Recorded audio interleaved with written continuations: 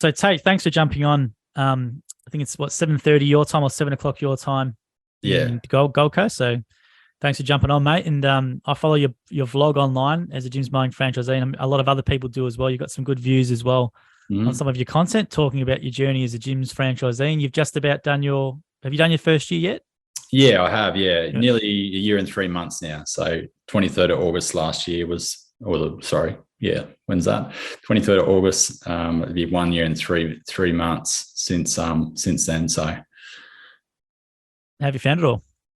yeah, it's been good. Like it's been a real journey. And I guess the whole motivation behind doing the vlog was to, I guess, really put a bit of a timeline to how my experience is for other gyms, because that was the one thing. I saw a lot of great content about the gym's process and the marketing aspect of it.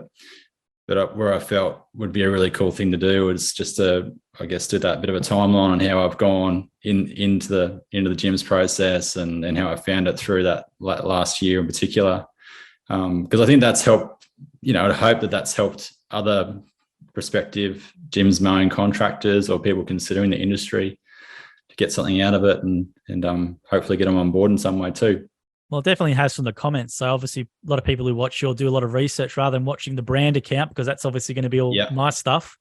They can watch your stuff from a franchisee's perspective. And obviously you talk in a very open way. So it's not just all positive all the time. You talk about the setbacks as well and your challenges and all that sort of thing, which is a really good thing to do.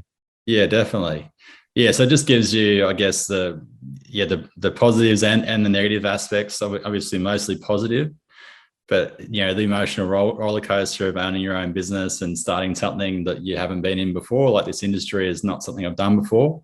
So it's a good opportunity for me to, I guess, document my journey and also encourage other people along the way. Now, for those who don't follow you, maybe you want to talk about your background in regards to what you're doing prior and how you found the first, let's say, month or a couple of weeks going from your old job to being a business owner in the field. Yeah. So basically my background was youth work. I started with a company 11 years previous to starting the gyms. And from there, I worked in youth, working with disengaged youth in the high school kind of situation. And then they came into our programs called Get Set for Work programs. And I started within that company and we had some funding changes in government. And I was in that role for about 3 years. And then I went into a management role within the company. It was called Ohana for Youth. And out of that, we also started several schools under a banner called Arcadia College. So my kind of job evolved from being a youth worker to an admin manager, then to a services manager. In the last few years, I was a risk and compliance and ICT manager. And we had 2 companies and we had about 5 sites and we had 2 schools set up at the time. So a lot of desk work at the time. So fairly stuck to a desk. We had a couple of sites in Brisbane and on the Gold Coast. We had sort of a heap of different sites there. A school that was about $23 million that we built at the Seabus Stadium in Robina. So I was a part of that whole process. And then within about a year after that, I managed to work out a redundancy that worked out really well going into launching the gyms.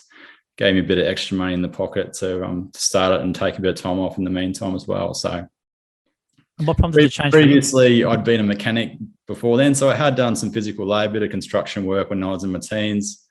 Sorry, I might have just said that, but I was an apprentice mechanic at BMW for a while, so that's sort of where I've been on the journey. And what prompted the change for you? You sound like a pretty full-on job before in regards to and that's probably the biggest thing. Like I guess with those sort of corporate roles, the responsibilities increase, but the finances don't increase, in the same way. So I felt like I'd probably capped it to where I wanted to be. And I guess also you get into that situation where you just want to do something for yourself. The hours that I put into that job, I just felt like, okay, if I was in another scenario where I was working those extra hours, I'd get paid for that. So I guess you find when you get to those higher end management roles and those jobs, you end up spending a lot more time than what you're getting paid for doing it as well. You're telling me, mate. You're telling me. Hence you're here with me at 8 o'clock at night. No, it's fine. It's 9 o'clock at night over here. But but so you knew you were stuck and you're like going, all right, yeah. So then what's the process? 'Cause a lot of people will be in the same situation where they go, I've known this for, let's say, I've done this thing for 10 years. They might not have the confidence to go, even though you've got a lot of skills, you might not go, well, I don't know anything else but this. Exactly. So then what do you do?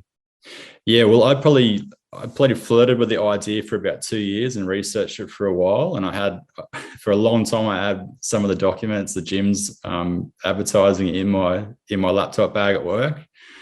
And it just so happened that everything just came together. I mean, I'd thought about it for ages, but it was just that failure to launch, thinking about, oh, gee, I don't know. I've got a mortgage. I've got 3 kids and a wife.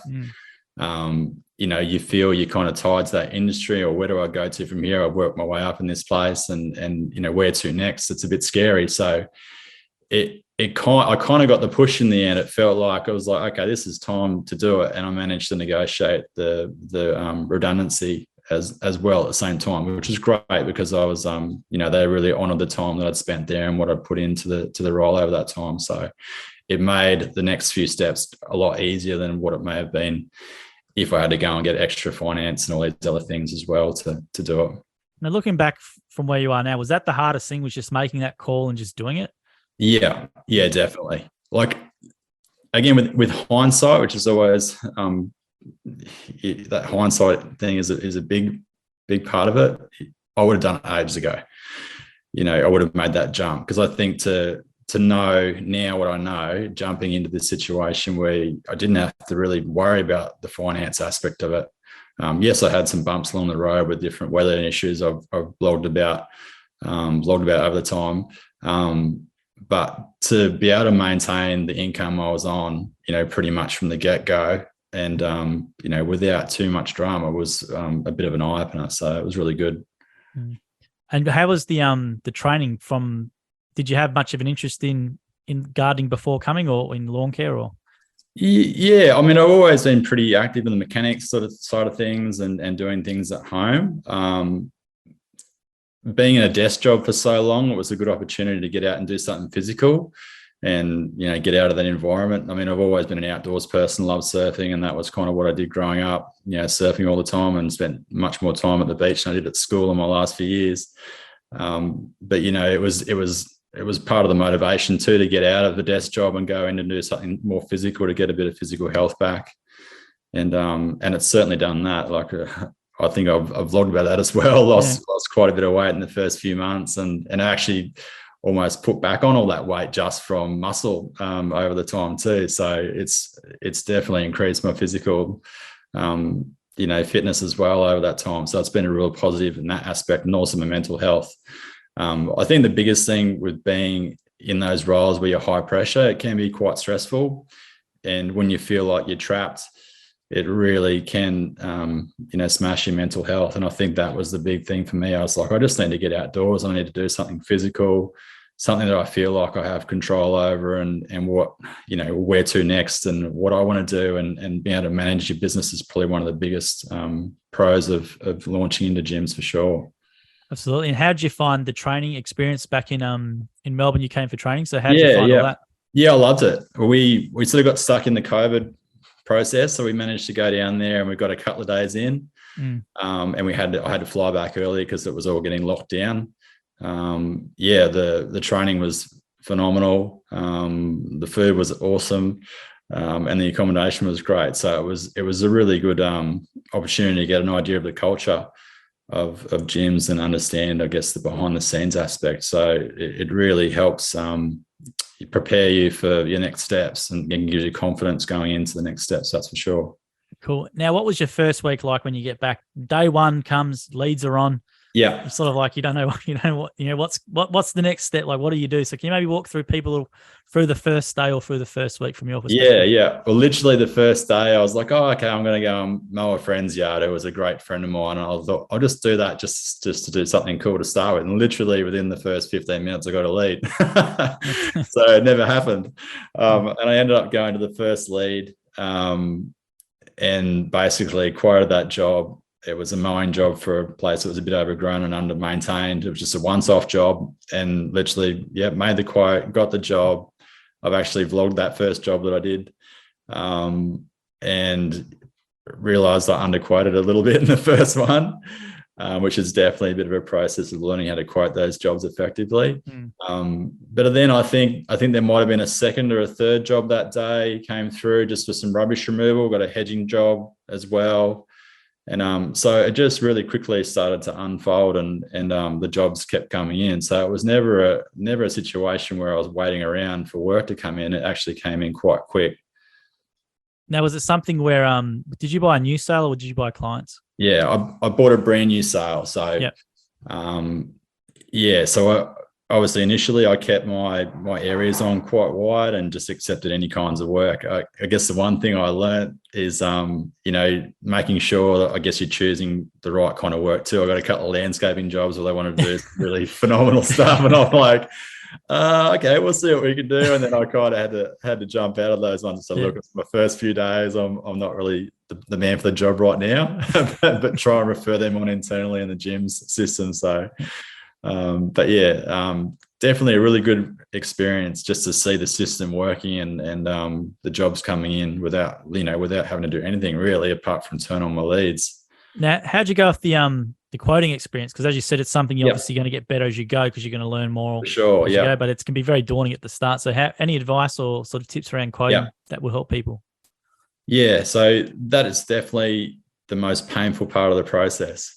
When you're doing that physical labor, and especially when you're doing especially when you're starting with no customers. I think what the big benefit of being able to buy an established franchisee's area, you're getting all that intellectual property basically. If the pricing, or if that franchisee has got some great pricing, they've got a really tight route, you've got something to reflect against. So obviously you pay more money for that sort of thing. The other side of it too, with me starting a brand new one with no customers, it also gives you the ability to structure your own relationships with those customers and also make some mistakes, but build the business at a capacity where you feel that you can probably take it on.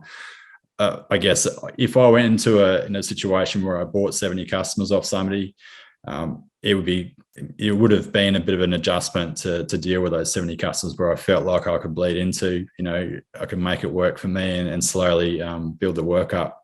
But at the same time, I think I would have preferred to buy customers because you are getting all that intellectual property. Because the hardest thing when you're quoting is you don't have any benchmark to go against really. Apart from maybe mowing your lawn at your own place and getting an idea of what that time might be, and then saying, okay, well, this is my rate hour, this is what I want to make. But yeah, the most painful, but also the biggest learning experiences that you will have is when you're underquote, because that hurts a lot. Over time, it definitely the biggest thing is just getting yourself that experience, and don't be scared to throw some numbers out there and feel like, oh, this is a bit cheap, or I feel like I've got to win this job, so I'm just going to put it in cheap. Really think about how long it's going to take you and try to break those jobs down, especially if they're big garden cleanups, because, they can get quite complex and working at your times, your green waste costs, your transport to the tip, all those things come into consideration, and also working out how fast you can do it. You can only do that from your experience. So you'll find over time you'll just get better and better than that, and then you'll have certain jobs that you'll benchmark because you're underquoted, and for the next job that you have a similar kind of scenario, you can reflect back on those other quotes and go, okay, this is where I failed on this previously, this is where I need to bump up a bit more money on this and learn from it. So that was one of the things that I did over the time too. Every quote that I did a breakdown of those quotes, so that if I went into a new job, I could reflect back and say, okay, this job's pretty similar to that job I did for Mary or whoever it may have been.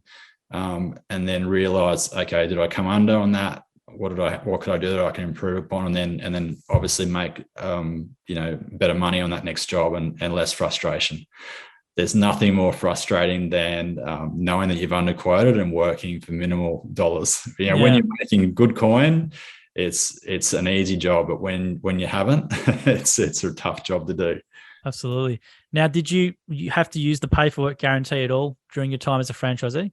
No, I didn't. No, definitely didn't. So, I knew it was there if I had to jump on board with it.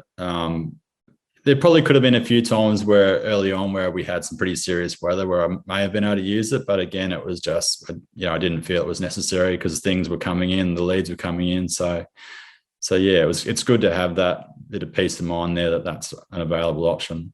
Now, what's your size of your business currently? So are you a sole trader, or you do have a couple of employees, or how's your operation? Yeah, just me by myself. I set it up under a company name and under a family trust, just to get a few benefits out of that. I've got 3 kids with ASD and a wife as well. So we get sort of a carer's allowance, and the way you structure your business can also help in how that reflects in getting other income from NDIS and all sorts. So that was sort of the way that we went about it. And how many clients roughly do you have at the moment? Yeah, at the moment, I've probably got about 60 regulars, consistent fortnightly customers. I've got quite a few NDIS customers, quite a few DVA customers, and then, a lot of mowing, obviously, as well. I've got a fairly good mix of gardening hours as well as, your mowing. Particularly, the biggest issues that I have in the first year, we had La Nina, so it was full on, and going into that first season, that was a little bit daunting. But I would have hoped to probably have around 70 customers, 70 regulars in the that first year, but just because of the weather issues, I got to about 55 consistent customers, and that was still making good income. But it's so important to get, I guess, a good number of clients when you come into your winter, when those regular mows drop back to maybe monthly. And you got to look for other opportunities like doing more garden cleanups. But in saying that, again, once you turn the leads on, you get those one-off jobs, you get the pressure cleaning jobs, you get the extra sort of ones that you don't have time to do through the summer period because it's so full on. You do those in your winter period, so you keep you chugging along. And it's still, I did quite well financially through that period as well. I just sort of chose to have a bit of time off, to be honest, as well. That's good, because the first year's the toughest. So, if you get through the first year, and from what it sounds like, you've obviously you're a family man, so you got 3 children. So having the sole trader where you don't have to worry about an employee or anything, you can just worry about yourself, and you can go and be with them. Is that how you've structured your business? Yeah. I mean, it definitely, from what I hear, that, obviously you just control yourself and you're working for yourself. So my biggest thing is just making sure I understand the business more effectively over this first year and having that foundation, and then building on that once I want to get an employee. So my goal this year is to get to 70, maybe 80 customers as regulars, and then consider putting on a person, whether it's an apprenticeship for a young person or whatever that might be, to build the business a bit more. But I think it's just the best thing that I've found through the process is that really you just choose how you want to structure your business. If you want to focus on just mowing, you can just do that. If you want to do garden cleanups and landscaping, you can do that. So you can, if you feel something's not working for you, you don't look like doing all the gardening and hedging. Well, you don't have to do that. You can make the business work for you in that aspect. So that's probably the good thing. I think that, if at any point that I found it was hard on the body, or maybe I'd look at doing some more ride-on work or whatever that might be, just to adapt it to my needs. So that's probably the best, one of the best things about it is you've got that flexibility to adapt it to your needs. And what are the jobs that you enjoy doing the most? I've got a couple of NDIS clients and a couple of gardening jobs where there's some beautiful hedges, and also you build those great relationships with customers as well. So some of that's actually some of the most enjoyable, going and having a chat to some of the people that you meet, is some of the beautiful properties that you deal with. But I also like the fact that you can get in and get out with the mowing.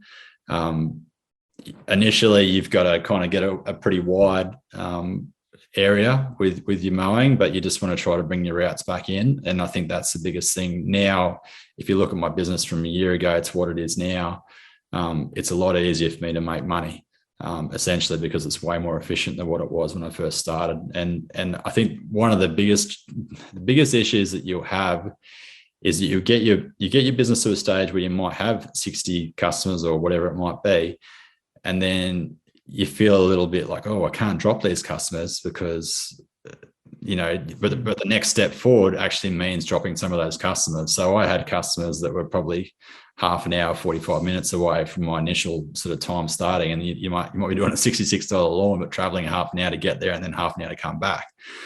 So I found quite early, once I got a bit more established, as much as I felt like I didn't want to drop those jobs, it actually opened opportunities for me to get more work in my area and make my business more efficient. So it's kind of like the pruning aspect. You're going into spring season, it's an opportunity to prune back the jobs that aren't cost effective, or the customers that might not be working out, or you've priced something incorrectly and you need to do a price increase. So it's just that process of pruning your business to make it more efficient. So that's an exciting thing to see in the last 12 months, that I can make a lot more money in a day than maybe what I did when I first started, just of a waste of travel or whatever it might have been, or bad pricing. So again, learning from those underquotes, you can go into a situation more confident to make a better price and obviously make better cash when you're doing the job. Awesome. Now, do you want to talk about the equipment you're running? So you got a good vlog on the when you first start the trailer setup with the solar and all that sort of stuff. So maybe you want to run through the equipment you're running and why you use it.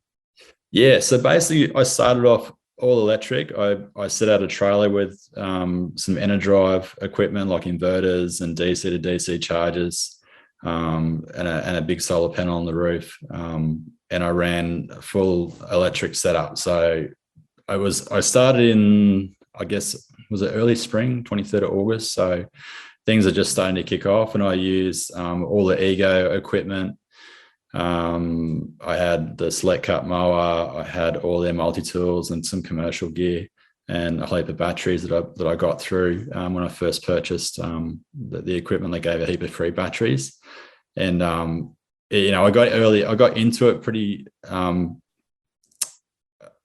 I guess I got into the process, and within that 3 months, I realized that the mower was probably not quite there for Queensland lawns.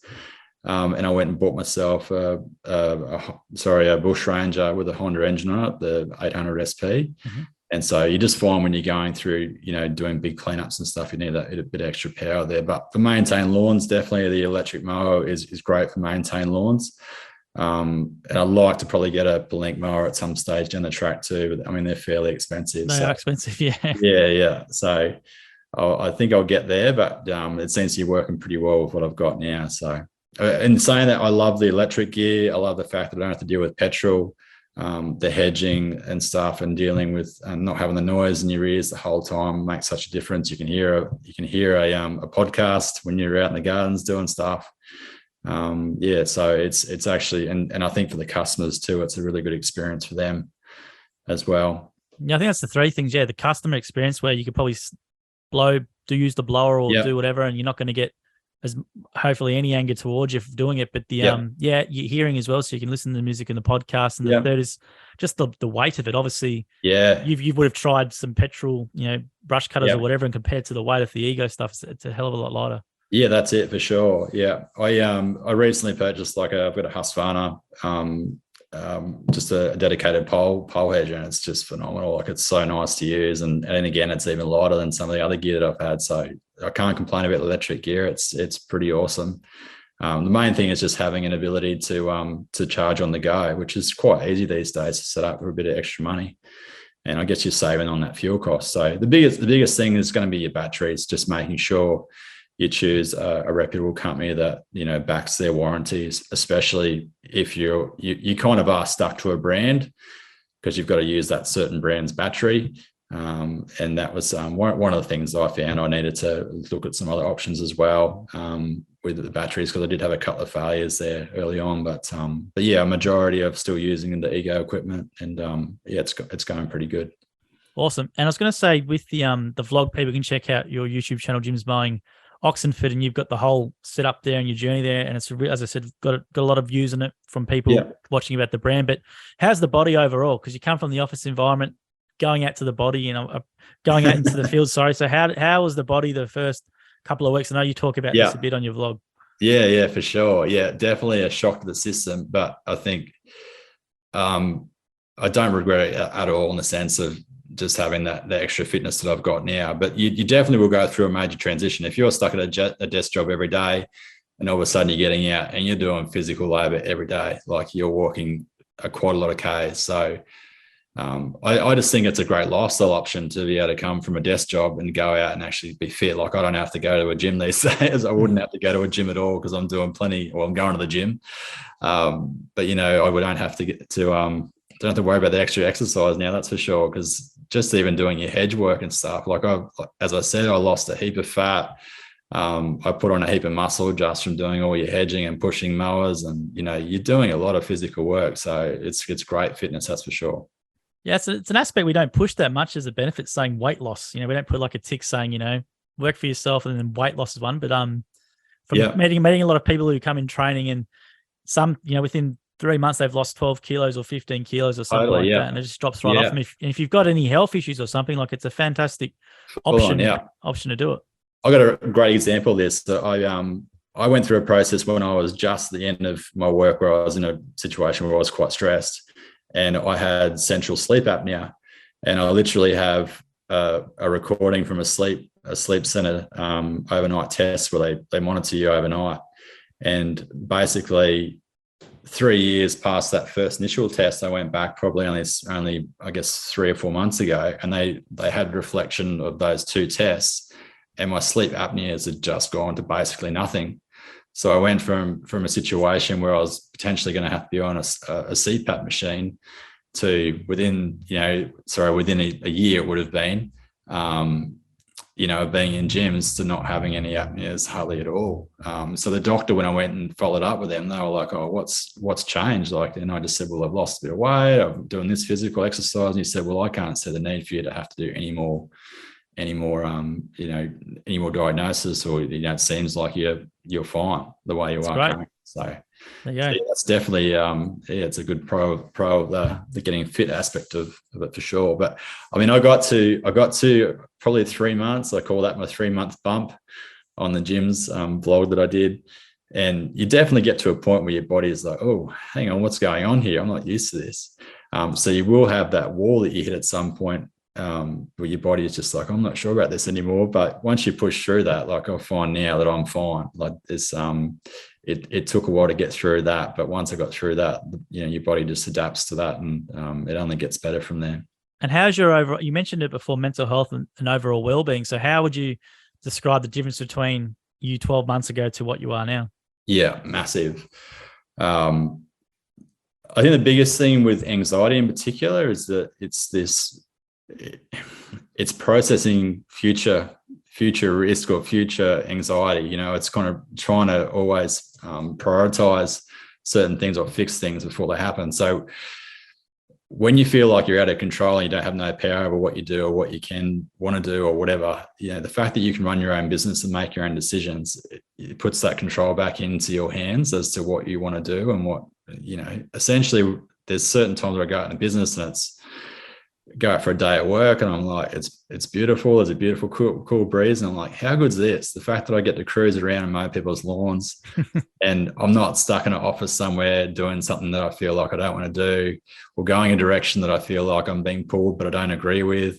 Or, again, the business is being shaped around what you want. One of the big things, is it's a service industry business. And that was one of my things that I really loved about my previous job, because I was always just focused on customer service and I always did things to the best of my ability. So the fact that you can use those skills and also have some systems set up and use that experience from my previous corporate stuff and put that into your business, all those assets, definitely anybody can be trained how to do this thing or get the skills to do these things. It's not rocket science, but you've got to have a bit of good customer service and some good administration skills. And so the stuff that I brought in from my corporate role into learning how to use Xero, into learning how to use the gym's job systems, and that was all great, great previous experience to bring in. So having that control over what you want to do moving forward, whether you want to build your business up and have several people on, or you just want to chug along and just enjoy it,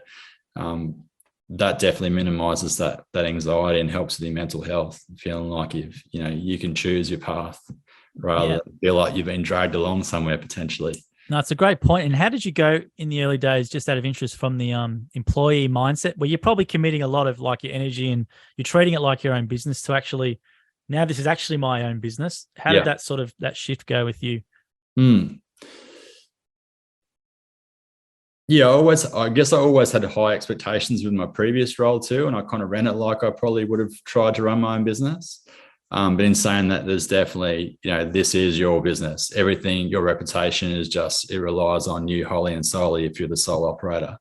So there's definitely a perspective that you take on, making sure you're profitable, making sure that you're dealing with every customer at the way they should be treated, and making sure that you're doing the job as it should be done.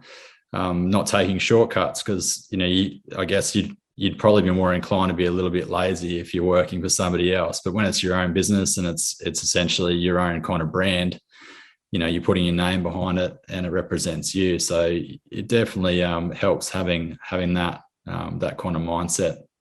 And what's some advice, or is there any sort of things you might do differently to others in regards to customer service, or is there some sort of how you treat quotes or a new lead? Is there some sort of advice you can provide that you might have in regards to that? Yeah, well, definitely the first call within the first few minutes is a big one. As soon as you get that lead, you should be calling straight away. You shouldn't leave it half an hour or whatever. I'll get back to it within that 2-hour bracket. I just think that's silly to wait that long. Like, get it while it comes in. And so many times you ring that customer and they'll go, "Oh, geez, that was quick." And that's the first impression that you give in the business. And I think that's why, getting those quotes and being successful at the quotes, really, it's around that first 5 minutes of contacting the customer. And straight away they're like, "Oh, nobody's called me back," and you've called me in the first couple of minutes. And I've had clients say that to me, nobody ever called me back, or they said they were going to come out and they never came out. And that's essentially, you're selling yourself in the first 5 minutes of that you're reliable, that you're professional, and that you follow up with what you say you're going to do. So probably one of the main things that I would do is definitely try to book that quote in on the same day as well. I watched a heap of videos and listened to Dan and listened to John Delaney and a heap of other gyms kind of ones of how they go about that process. And so I try to use that in my own business. And if you can get there, quote it, and literally have time to do the job on the same day, you've sold that customer and they've had that awesome first experience. And so, even if the guy's $20 cheaper than you, because there probably will be people that are cheaper than you to do that. The fact that you've given that good customer service, people are like, "Oh, I want this person on. I don't want to pay that other person that's cheap." To know that person's going to turn up and do what they say they're going to do, that's a really good thing. And then also, particularly on that first job, just make sure you have a bit of a run through with the customer, make sure they're happy. Sometimes they're away. I send them a couple of texts just to show them how the job's processing or progressing through the day. So, it just shows that you take pride in what you do, and it also gets them excited and as part of the journey too.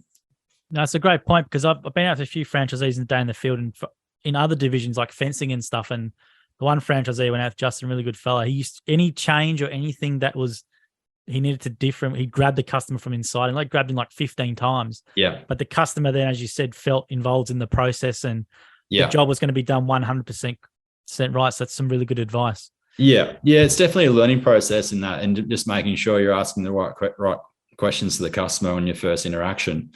What was your previous experience like? Is there anything that you want me to focus on that the last guy didn't have? Because there's a reason why you're there. Either you might have been the first option, or they might have had a bad experience, or that guy didn't turn up. So it's your opportunity to make that right and give them confidence in that first interaction. So, that in itself will definitely get your customers and make your business grow a lot quicker, and also get you those five-star reviews as well. Because I've had a lot of customers do that as well. They'll just make sure that they put that in for me, and you get to read the comments, and it's also good to see those comments. No, it's fantastic. And I was going to say as well, with your second year now, what are you obviously you mentioned a regular number you want to get to in terms of clients, but what do you hope for your business in the second year? Yeah, so second year is definitely that route density. As I said, that bit of a pruning back coming in now that we're in spring and coming into summer. you've got the opportunity to get a quality customer and try to bring your routes in. So as I was saying before, your profitability in your second season is going to be a lot better. And I guess that's the big thing, is the business is not what it is in the first day as what it'll be in future. So I feel like my second season that I'm in now, my second growth season, it's really exciting because I feel like I've got a much better, much more profitable route. I've got better customers. I've got better jobs. And the jobs do evolve. I guess initially you might be doing terrible cleanups that you might not want to do when you get down the track. So I guess it's also the ability to what you can say no to. That's a big thing. Like once you start to realize the success of the business is when you get jobs come up and you're like, well, you know what, I don't think that's quite for me, or it's probably not going to fit what I want to do. So because you've got so many leads coming through, you don't have to do the terrible jobs necessarily, or the jobs that that might not be that profitable. You can really focus on what's profitable for your business, and also what might be better on the body. As I said, you can adapt the business to your needs, and hopefully, even in my third season, I'll get to the stage where again I'm getting my premium customers. I'm getting more efficient at what I'm doing. I'm becoming more profitable, and the business will continue to evolve from there. And now, how's the income compared to the hours you're doing? So, what's your sort of rough schedule for your day? Yeah, so most days I'll sort of start probably from 7 till about 3 or 4. And again, your profits early on will be based on your travel time and how many jobs you can get in through that day. So it definitely gets easier. And so I expect, in future that I'll start at 7 and get off a bit earlier than maybe what I have been up until this point, but that is getting better and better. So a general day, I'm not to the stage now where I've got everything kind of fully booked. I reckon once I get to about maybe 70 or so customers, I'll probably be pretty chock-a-block from Monday to Friday in the peak growth periods. But yeah, that's sort of what it is, around 5 days a week. But you'll find, particularly in the growth periods, you'll pick up those extra jobs that, they always just come in like it's very easy to make extra money coming into that next week and booking out any blank spaces that you've got. But what I've done recently is just, I had a bit of time off. My wife went and had some surgery, and then she was away for a few days for her 40th. And it just gave me an opportunity to consolidate my run. So I took all my kind of weird suburbs and different travel kind of routes and just consolidated them into suburbs. And I found straight away, I was like, wow, look at the difference in this. So you kind of use those weather events and if you've got a bit of time off to rehash what you're doing and make it more efficient. So, essentially you can come home earlier and you can make more money in the time that you're out traveling and not having to burn fuel and travel around and not make as much. Yeah. And have you replaced your income, what you're earning at your previous job? Yeah, so I'm probably pretty much equivalent. I'll be a bit more than that now, coming to the second year. One of the things that you learn in your first year of business is, there's a huge amount to learn. So you're not coming into a job where you got a fixed 4 or 5 weeks holiday a year, sick days, family leave, all those things. So you've got to structure that around your business and work those things out. And that's something that, with La Nina in the first year, I didn't get many holidays in the first year. I had a lot of days at home with rain, hanging out with the family. But it is your business, like you said before, you're not an employee anymore. You're running a business, and that whole business revolves around you, making sure that you're there for your customers. But I know that going into this second year, the income is going to be much better, and I'm also going to have that ability to set those holiday times out and take some extra time with the family as well. Yeah, well, how'd you go with your first holiday? Because the thing with gyms, I guess, is the beauty of it, which people won't not know, is if you're an independent business and you had a holiday, unless you knew local contractors or something that could help you out. But how'd you go with your first holiday and getting your customers looked after and things like that? Yeah, well, I mean, because I had so many weeks off with the rain, I didn't have any real holidays in the first year. I had a couple of long weekends over Christmas and, the public holidays.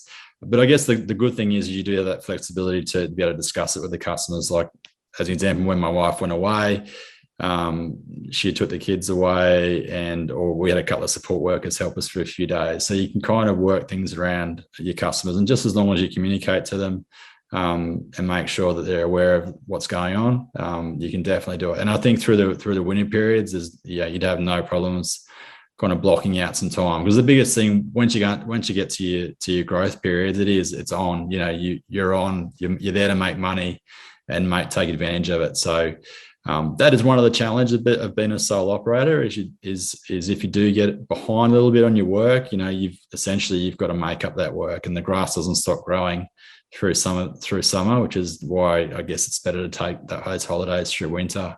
But that's the thing, I guess. Once you bring on an employee, you've got that bit more of flexibility, and you can potentially catch up a bit quicker as well. But with the business becoming more efficient like it is now, I feel like if I get a couple of days where I'm behind, I can catch that up a lot easier than what I would have done previously.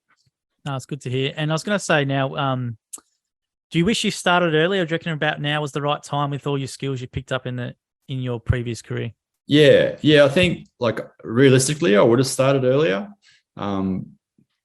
With the way everything happened and getting that redundancy and a bit of cash going into it, I couldn't have thought of a better opportunity. But in saying that, if I was a young bloke and I was 20 years old or 21 or whatever it might have been, like, just the fact that you can go out and you can make good coin that took me 11 years to get to, and even more than that, and the fact that every hour that you work, you're making money, and you can grow the business and you can bring on employees and you can scale it. That's probably one of the biggest things, is you're not capped just being an employee. You can really grow that business to what you want, and build it as you want to. Cool, mate. Well, thanks for your time, Tate. Is there anything else do you want to cover, or do you want to ask? Or no, that's all pretty good. Yeah, lots to take away, and thanks for the opportunity to have a chat to you. It was really cool. No worries. Are you cool with me uploading the interview and stuff like that? Yeah, no worries, man. That's fine. Yep. All right. No worries, Tate. I'll let you go. Thanks for your time tonight. Thanks, Joel. Appreciate it, mate. No worries. Bye. See ya.